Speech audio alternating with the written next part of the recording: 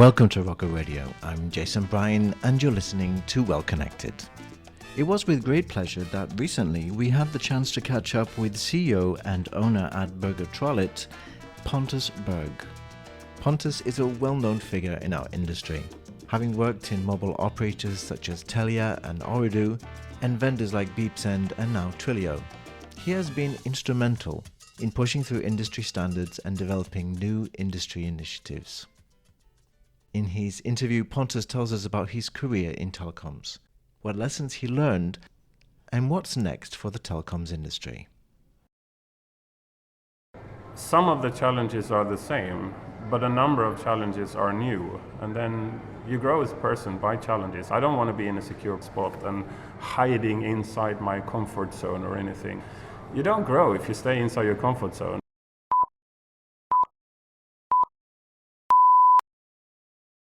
It's a real pleasure to be here with Pontus Berg, a man probably everybody knows in the industry, who is Director of Carrier Relations for Twilio. That's the right name, isn't it, Pontus? How are you doing today? I'm doing absolutely fine, and the honor is all mine, yes. Well, Pontus, as I said, is a character that we all know from the industry, and a person I've known for a long time. I mean, we started out as, let's say, roaming buddies in the GSMA world that was. Pontus, can we go back in time a little bit to how you first got into telecoms? So, as a child, obviously, the roles that we have now didn't exist. Right. What was your first instinct that this is an area that you wanted to get into? That's a really good question. My background is sort of hacking, low-level hacking on old, obsolete computers. With that background, the party on earth you hated the most was the big telcos. They were sort of the opposition. And of course, I joined Telia, being the local incumbent in Sweden. Yeah. So my first job was actually as an interconnect lawyer for Telia in Sweden. Really? Yes. But what did you study at university? I'm a lawyer by education. I'm a very geeky one, but my formal background is actually law. I did have a bit of, before it was IT, it was called ADB in Swedish, and then it converted into IT, and now everybody uses IT as the term for it. But I'm old enough to have studied ADB on the side. I'm sure that's something nobody knows about you, the fact that you trained to be a lawyer.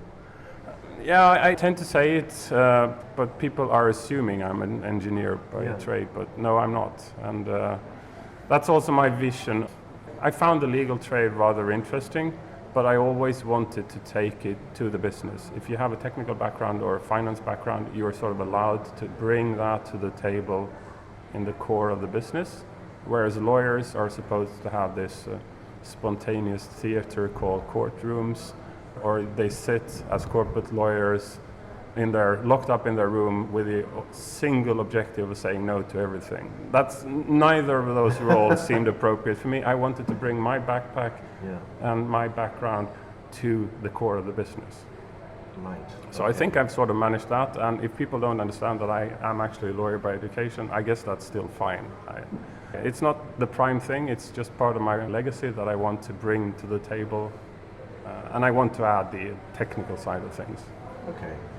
So you started your role in Telia, Sweden, and when was that?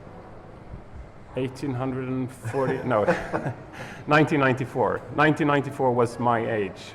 I graduated from university, I got work, I got married, and I got my first kid. So you can't top that during 1 year, but I did that all through 1 year. Wow, okay. And so what was your first role in Telia? No, I was interconnect lawyer. Interconnect was very new. There was Telia Mobile, not the fixed line, but the mobile side. And setting up interconnect agreements was something we started to do then, because that's when the other operators started popping up. And back when there was only Telia, the fixed line operator, there is no need for interconnect because there is no national interconnect if they don't have any competition. So when competition arose, that's when you needed interconnect, and that's when you needed somebody to facilitate that. So I did that. Right. So you were working with a director of carrier services or something like that in order to look at how it might all work out agreement-wise between internationally as well. Yeah. No, the main role was nationally, so I was sort of the account manager, and it wasn't wholesale as a role or a concept wasn't really refined. So the interconnect department and the roaming department sat next to each other, and we were separate departments, but this was still when we were offering NMT and all of that, and GSM, MOU was still a memorandum of understanding. It was the Groupe Spécial de Mobile before GSM became something else. So it's well, you're really showing your age now. Yeah. I'm fine. I'm sort of okay with that. I passed the panic about age. So yeah, me too. Okay, so did that get you into GSMA because it's just a national role? No, Anastasia Christoffers, who was the roaming manager on the later part, she was the one going to the barge meetings. Since I wasn't in roaming at the time, I didn't have that role. So my first time going to barge meeting was in 2001, and I was roaming manager for Telia in Denmark, starting that business. So that was my first greenfield launch in '98. But I didn't go to any barge meetings. So the main office, Telia, the Swedish office, represented us as well in the barge meetings. So I should have pushed that. I realize that now, but I didn't. So you went from representing Telia Sweden to representing the group? So no, that was Telia Denmark. So Telia Sweden was the main office, and we introduced the C10 annex to that's very geeky to the A14. So you added a roaming extension or a network extension. That was sort of a concept we came up with. So TRP, Telia Roaming Platform, was the idea, and we added the annex. So I signed the annex as an attachment to the Swedish contract. So when I was chasing roaming agreements, it was just the sort of the C10 thing. And that's what. So I did roaming management for Telia Denmark, building the department from scratch. Yeah, we're really talking about innovation in this field now, aren't we? Because essentially, I mean, this is when it all began. This is like when I need this to happen, and so let's go to the GSMA and work out how we can best do that. And, you know, of course, at that time, lots of innovation in the market. So, adding to that, this is also totally incomprehensible for today's people, but we had a GSM 1800 networks, whereas everybody else had a GSM 900 network. So I was trying to achieve international roaming. We had 5,000 customers, commercially dead. We had patchy coverage of technology that nobody else could use because their handset was single band 900 terminals. So when I wanted to go to T-Mobile Germany, everything I could offer them was roaming with my 5,000 customers, which was peanuts for them. It wasn't worthwhile the effort. And in return, I can offer them inbound roaming in a patchy coverage in a technology their customers couldn't use because they didn't have the proper handset to do it. A challenge. Somewhat uphill. So we were talking about Telia Denmark and your first meeting in your first barge meeting back in 2001 was so what happened after. So the Denmark thing was 6 months. I was sort of an internal contractor within the Telia group, so Telia Sweden lending me to the new operation in Denmark. I got back, worked a bit with Telia back in Sweden again, and then I decided that I wanted to leave Telia and do something else, and 3 had just launched or got their license. So I got to join 3, or HI3G, which the company is formally called in Sweden. And this was in 2001. So my first barge meeting was representing 3 in 2001. Okay. So that was 3 Sweden, and we also then got the daughter company in Denmark. So I was roaming manager for 3 Sweden and Denmark. So these are my number 2 and number 3 greenfield launches. Right. So you started, and then you got into, let's say, the barge, and you started to shake things up, really, because, I mean... Having opinions about everything. Yeah. No, everybody remembers your opinions on certain things and your voice at the back of the room. No, but no, I think that was needed. I mean, for sure, you know, there's not enough people kind of telling it straight. I guess that's the Scandinavian way of doing it. It's beating around the bush, and I found that very difficult. I'm not a bush beater. So What was your goal then in 3? What was the task that you wanted? It's the same as I had in Telia Denmark, establishing roaming footprint for a greenfield operator from 0 agreements. And I had the same challenge. The uphill battle was the same as I had in Telia Denmark. Few customers, patchy coverage of a technology that nobody had a handset that supported. So it's exactly the same in Denmark. The stupidity of going into the same challenge again is... You like that challenge, for sure. Yeah, I'm not sure I realized it before, but yeah, I guess I like the challenge, of course. But it makes sense that somebody with your experience at that time, the company knew what it was doing. It was going with somebody who had a reputation in the industry, who people, we're talking about a time not necessarily pre-IoT negotiations, IoT in the kind of inter-operator tariff sense, but it was a different time when people were happy to sign agreements on the basis of starting partnerships, starting relationships. I mean, this is a time when re-rating wasn't standard in the industry. People were charging markups based on the IoT that they were receiving. I'm actually old enough to remember the pre-IoT thing, which was called NNT, Normal Network Tariff, where the roaming rate was based on the major subscriber group of an operator.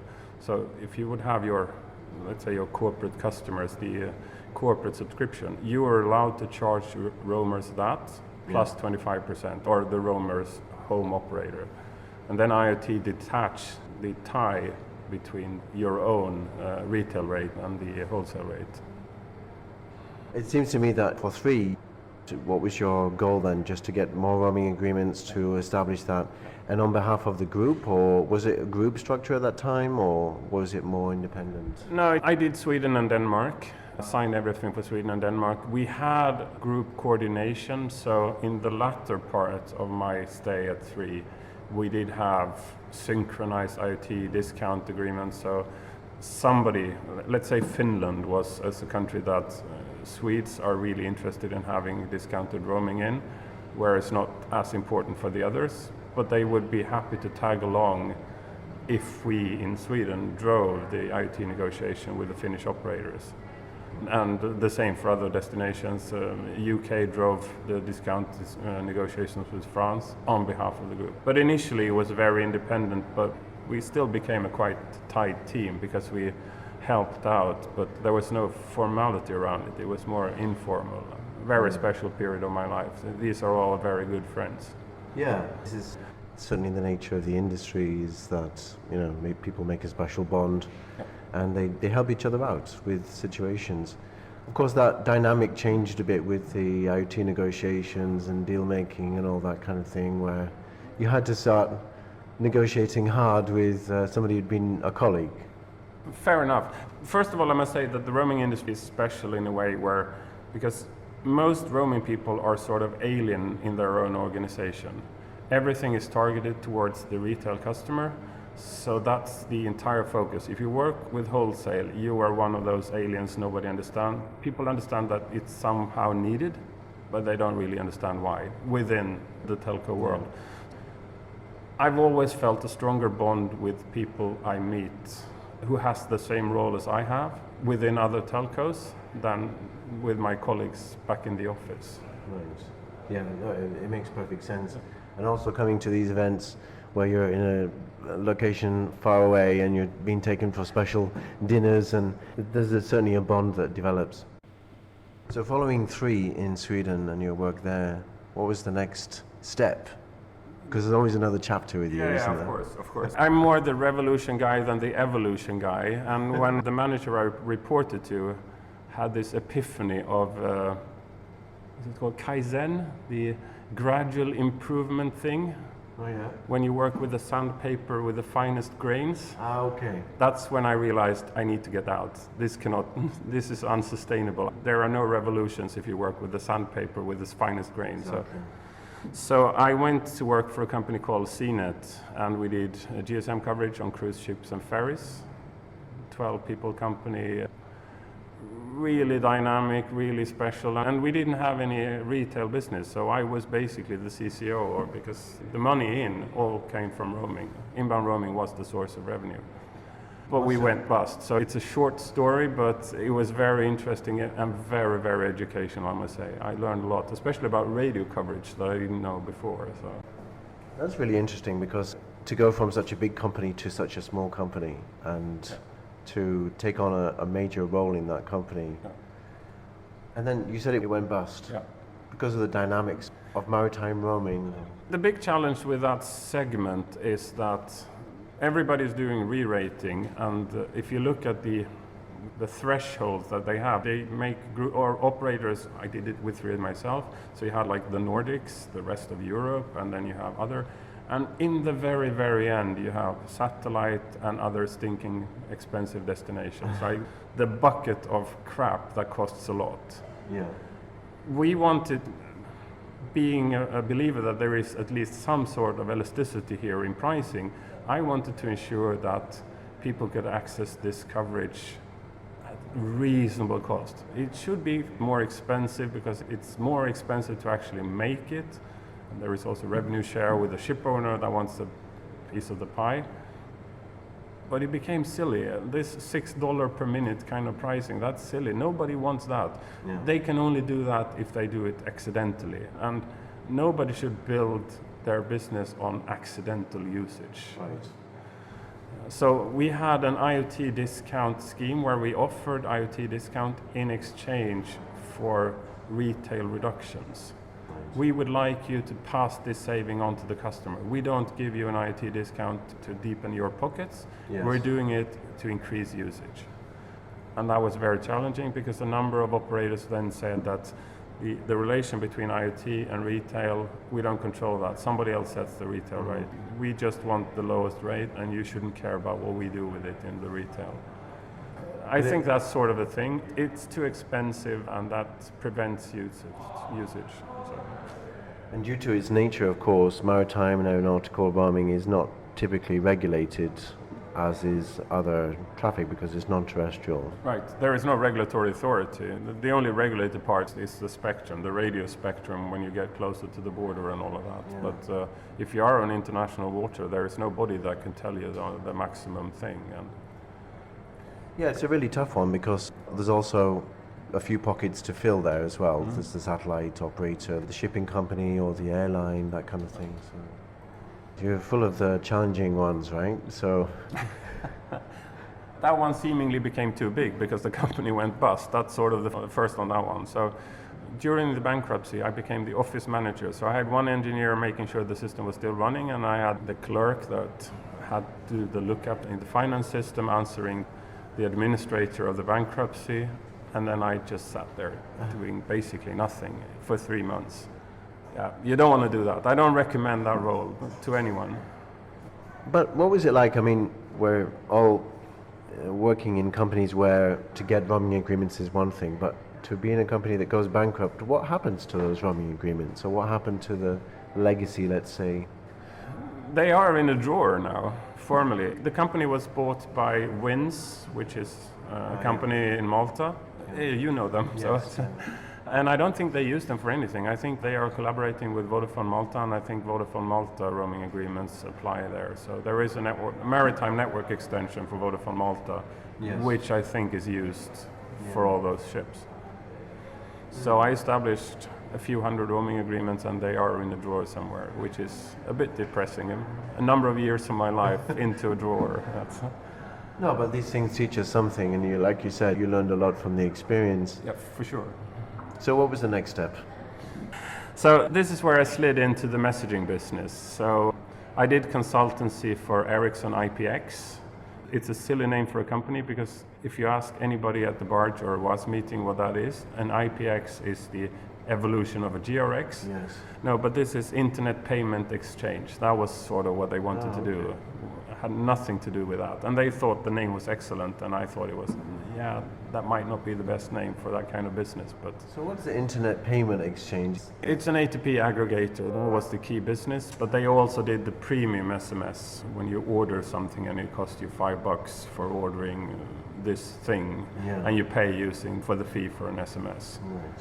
So I did the same as I do today for Twilio. I tried to establish direct operator relations for terminating A2P messages. And so that company was called IPX? Ericsson IPX. And then they were bought by Gemalto, key producers of SIM card. Yeah. Gemalto already owned a company called NetSize, so they fusioned the IPX and the NetSize and the new name was NetSize for the entire business. Okay. So I was there for 18 months in total, sat on the same chair, but we're rebranded, still doing the same work, and yeah. So you were working for Gemalto at Yes. that time? Yes. I had no idea. Yeah, yeah. How was that? What was this company? Next question. No, it's French management, and there are certain management styles that you are more in sync with. One of the things I can say without putting any value into it was that everybody in the Gemalto management team had been with the company more than 20 years. Right. For me, that says that your sort of new influences is not your focus. The other thing is that they had a policy, if you once quit, you were not welcome back in. When I resigned from other jobs, my bosses always said, it's been a pleasure having you here. Go out, play, learn more stuff, and then bring that back in in a few years. Great. And I think that's the kind of spirit I'm also adopting. And I think this, if you're out, you're an enemy of ours and you're not welcome back. I think that's non-sustainable way of doing business, but they're doing good. So I'm not saying it doesn't work for them, but it just doesn't work for me. Yeah. So you left Gemalto? Yes, they terminated the contract because they didn't see the additional value of direct operator relations. So they didn't need me anymore. And from there, I took the biggest leap. I went to Myanmar to become roaming manager for Ooredoo in Myanmar. I'm not even sure that most people know where Myanmar is. A number of people would still call it Burma. Yeah. Formally, that's not the name. And if I can dwell on that a bit. Yeah. Burma comes from Bamar, which is the main population in the country, whereas Myanmar is supposed to be a name that encompasses all the ethnicities in the country. Ah, right. I try to be consistent saying Myanmar to embrace all the ethnicities. So that was for Ooredoo. That was for Ooredoo, yeah. And your role there? Doing roaming, Yeah. as always. Back to roaming. Back to roaming, yes. Yes. And of course, another startup? Yes, yes. So that will be number 5 then. Yes, it is. So the COO was Chris Bannister, who was the CEO back at 3 in Sweden. So I did have a connection with him, and I also know his then wife.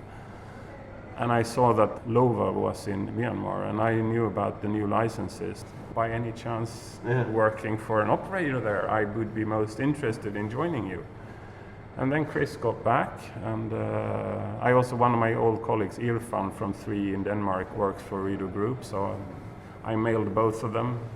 And then I was connected back to Obaid, who's now the Chief Strategy Officer of Ooredoo Global Services. And first time I was in touch with Obaid, he was a Tadic tester for one of the Pakistani networks. So again, long time friend, and long relations, and building trust over decades.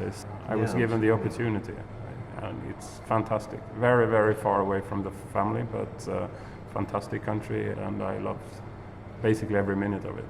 So you moved out there and completely started the role from there. It wasn't any remote kind of work? No, there was absolutely nothing. On-site. Absolutely nothing. Everything from total scratch. Wow. Yeah, that's how I like it. Yeah, exactly. Chris Bannister, when we launched 3 in Sweden, one of the things he said was, we don't have any legacy. And for people new to the telco industries, yeah, that's a nice saying.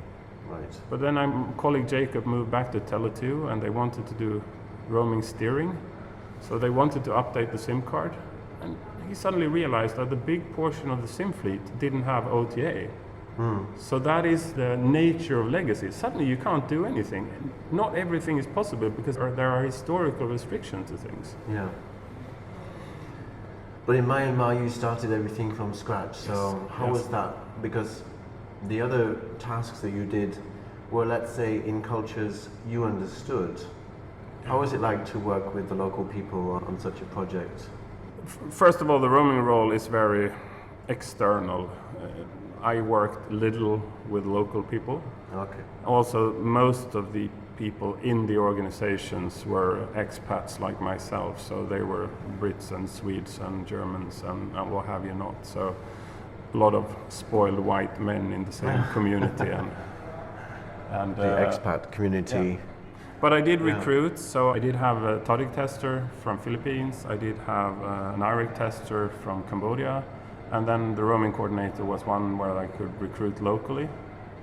Right. And we have a special bond. She still calls me dad. So Oh, really? Yeah. So, how was that experience? It's totally fantastic. Everybody should have the opportunity of reevaluating life by seeing it from a totally different perspective. It's so rewarding being somewhere totally different and seeing things from a totally different perspective. It's massively rewarding. I'm also very fortunate to be in Myanmar before it's spoiled by tourism and development and the cynicism of the world. It was so innocent. The population was so innocent to cynicism of the world. It was, if I would bring up my wallet and drop cash, somebody would pick it up, chase me and give it to me, and I would refuse to take any money for doing that for me. Everybody was so kind, so polite.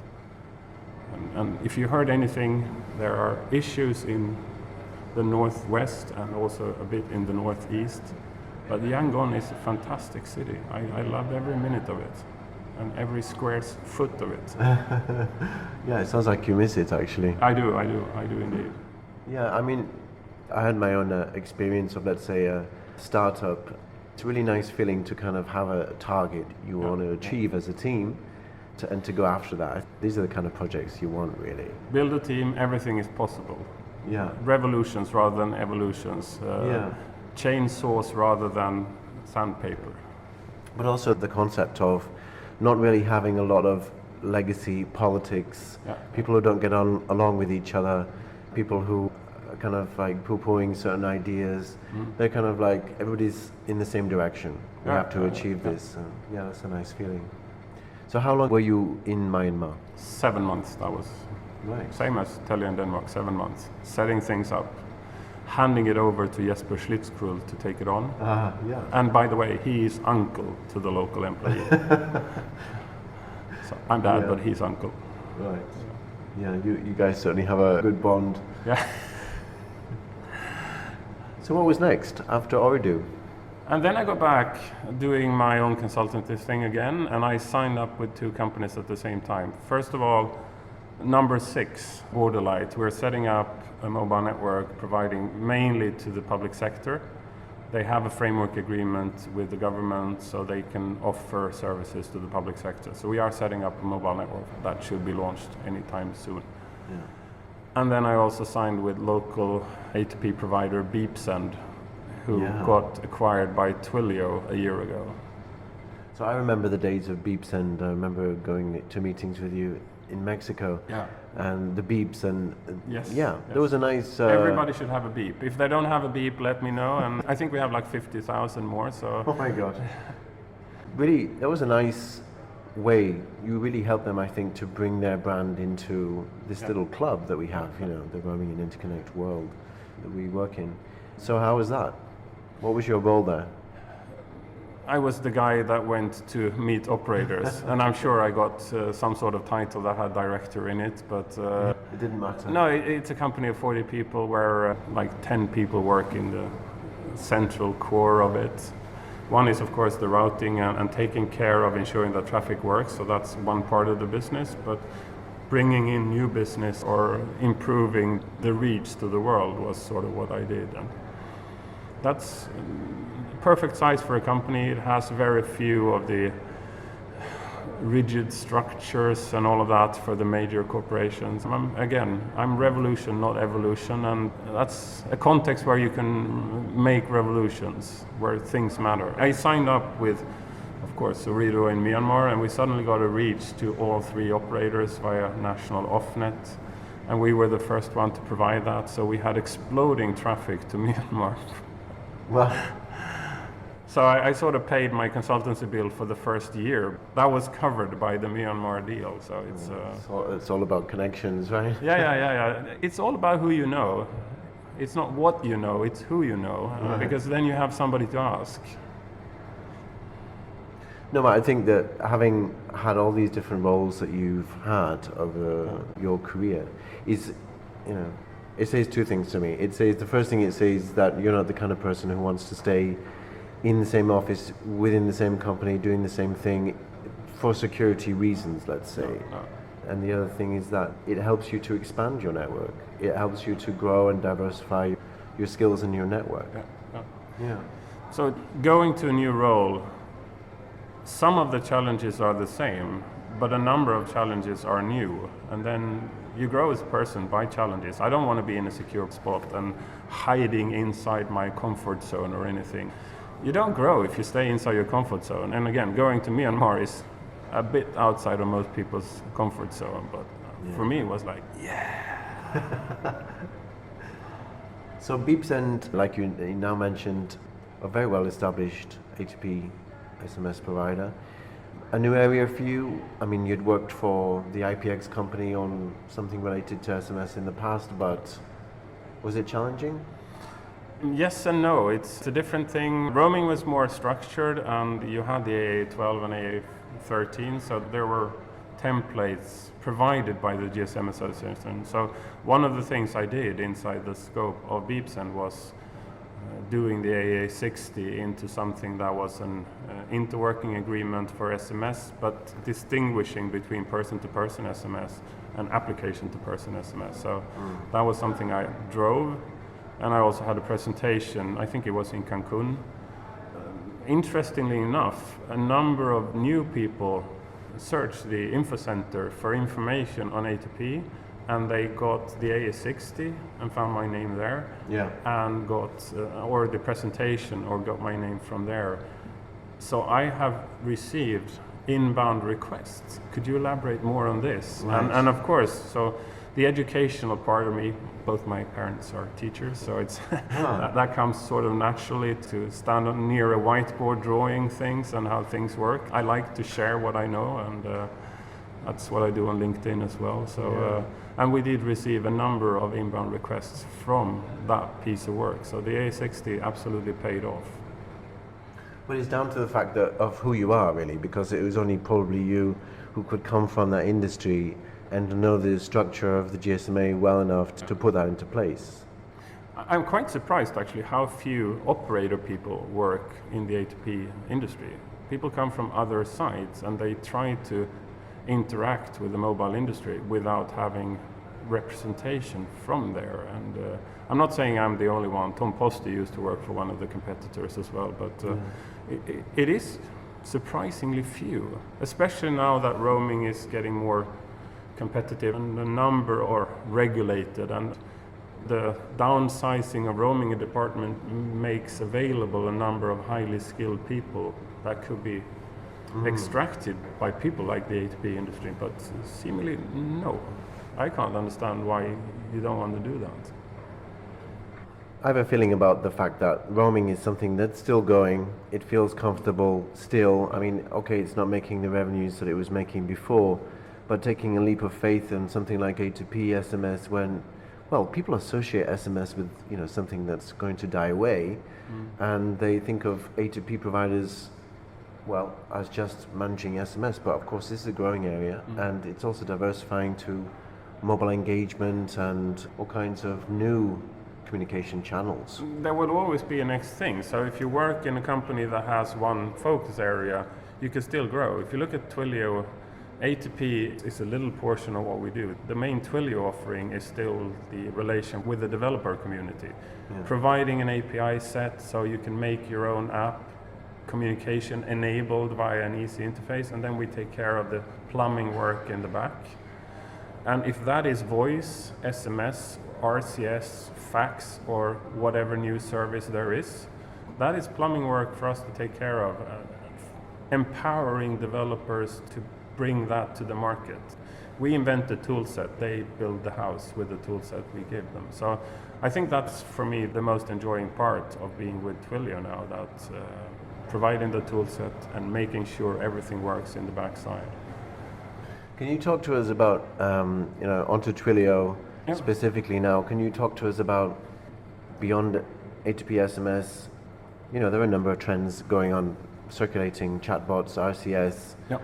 What are your feelings on these trends? Is it overhyped? Is it something that's actually a legitimate new business going to compete with SMS? Or? So, first of all, OTTs were saying to kill SMS. That didn't happen.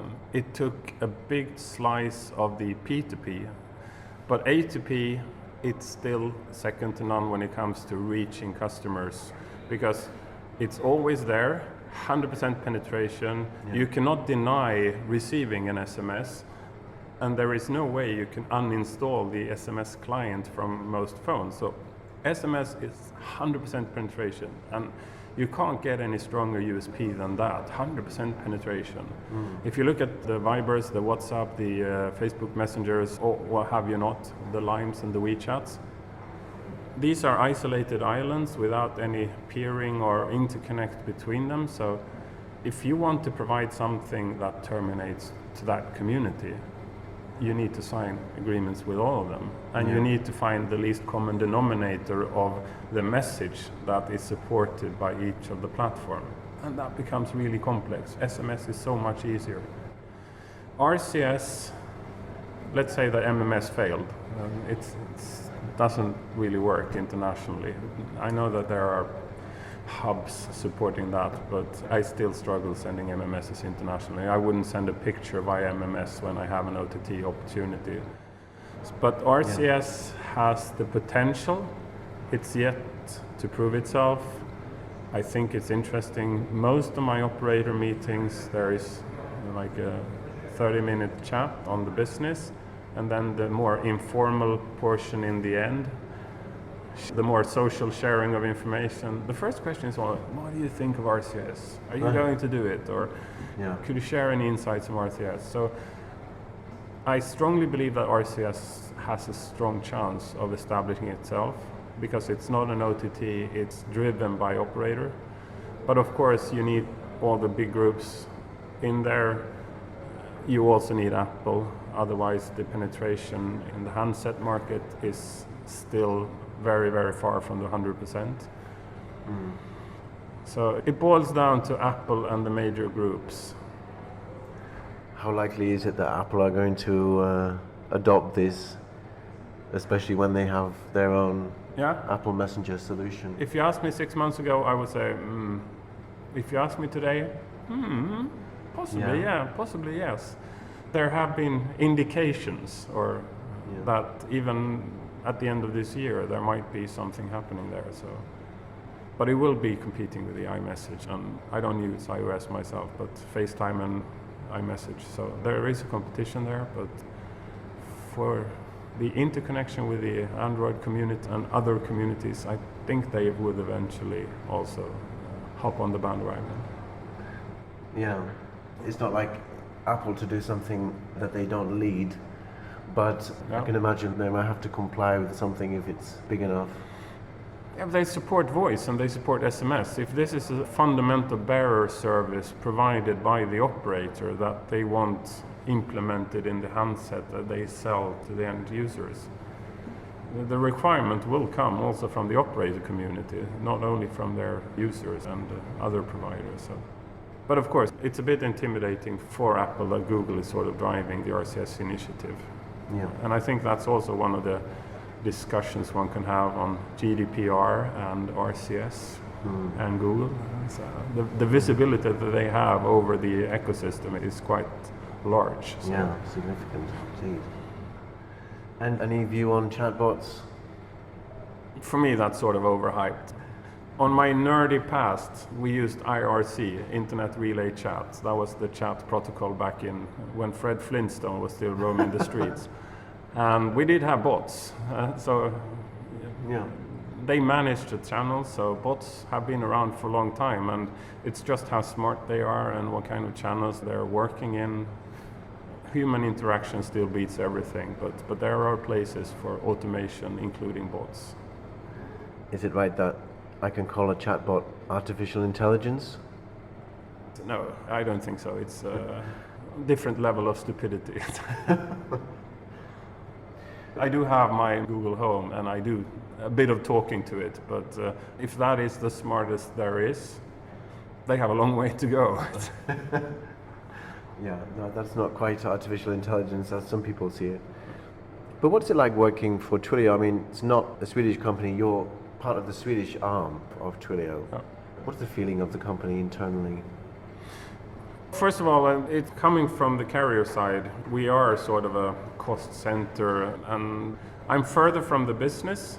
Sorry for being problematic or for being problem-oriented here, but first of all, it's a fantastic company. It's growing like crazy. It has all the visibility, and associating yourself with a brand that visible in the press is always super, and they're all very, very attentive to the personnel with sodas in the fridges. So they're really taking care of their staff, I must say.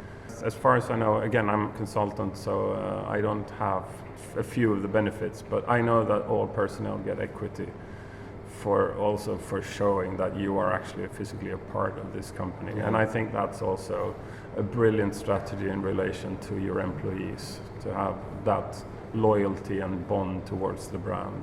So very strong in that. And diversity, there is a web page or part of the intranet where you can type in the pronoun that you would like to be announced with, if you are him or her or whatever you like to be called. So very aware on that, and also taking political stance. Your little Trump thing, I think they've taken quite a strong political stance in many areas, and I think that's also not very corporate, but I think it's heartwarming that somebody stands out and want to take a fight towards silly systems, also beyond the core of the business. Yeah.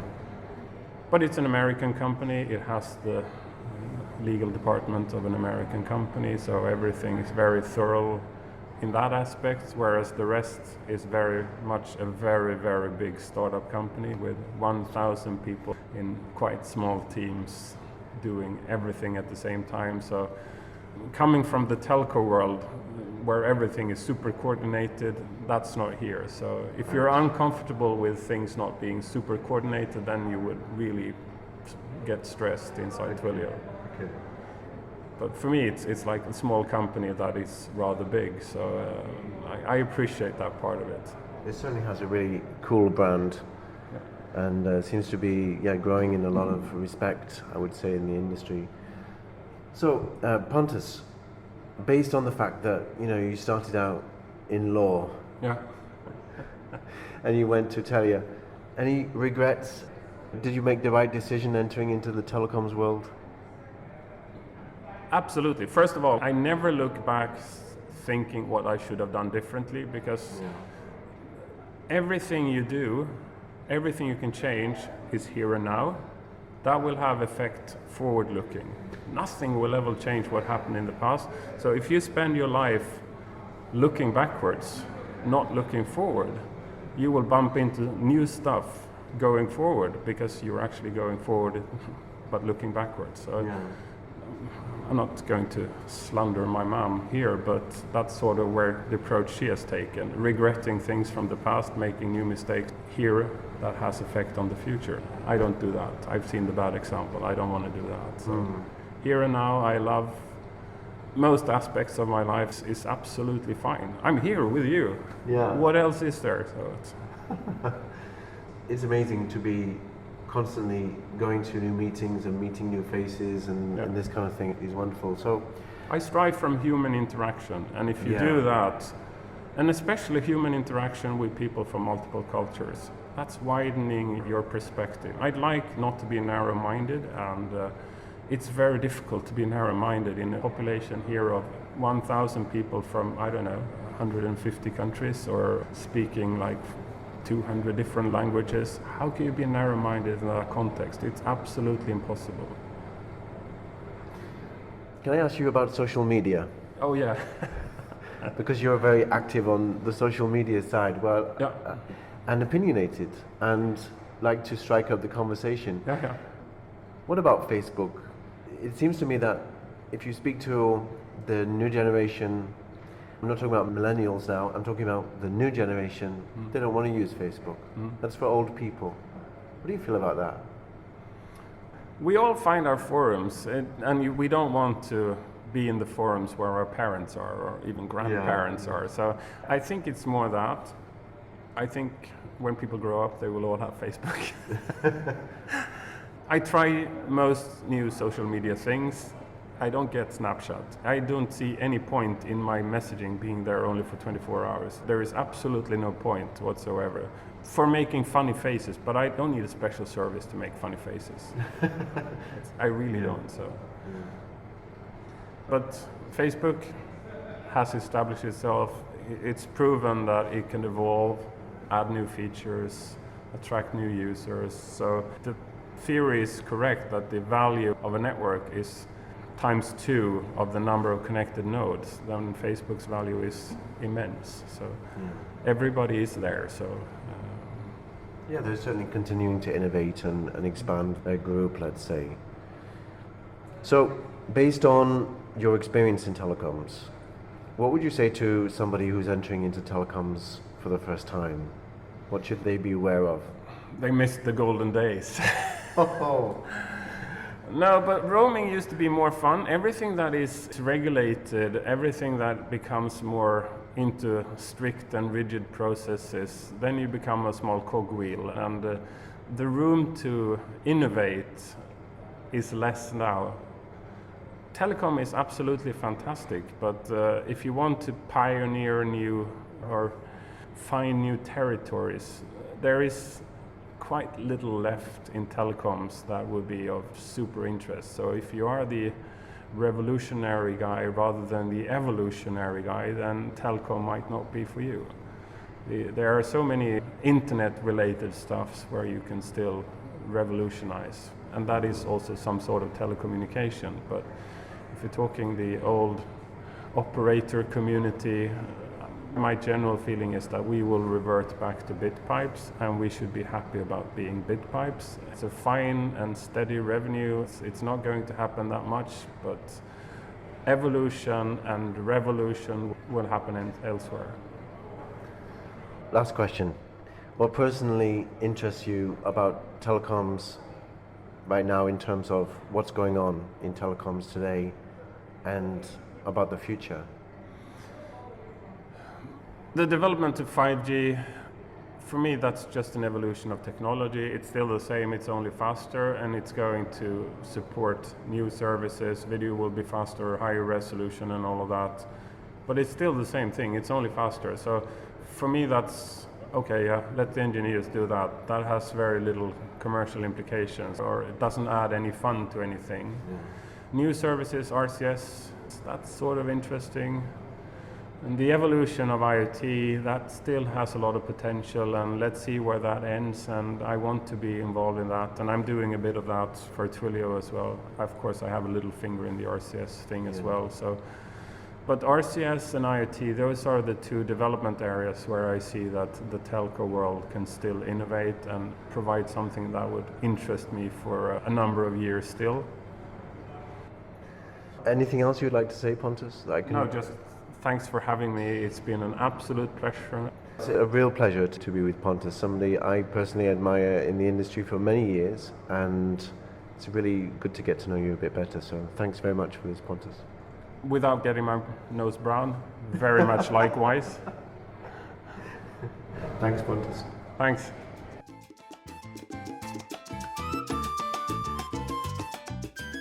We hope you enjoyed this week's podcast. Look out for more in the Well Connected series in the coming weeks. Until next time, this is Jason Bryan, and you've been listening to Well Connected from Rocker Radio.